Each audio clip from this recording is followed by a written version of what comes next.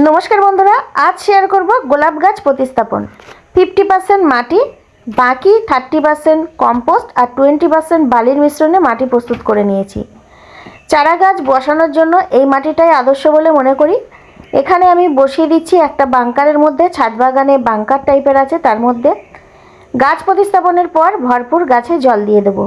টবে যদি হয় টবে ড্রেনেজ ব্যবস্থা ভালো রেখে অবশ্যই গাছ প্রতিস্থাপন করব। বন্ধুরা বাকি পুরানো গাছগুলো এবং নতুন গাছগুলোকে আমি একটি আদর্শ খাবার প্রয়োগ করব, যে খাবারটি প্রয়োগ করলে গাছে দ্রুত ফুল চলে আসবে, গাছ হেলদি। টবের চার সাইড থেকে খাবারটি প্রয়োগ করলাম, তারপরে ভরপুর জল দিয়ে দিলাম। যদি রেশিওটা না বুঝতে পারো তাহলে 1 চামচ করে দিলেই যথেষ্ট ভালো কাজ করবে।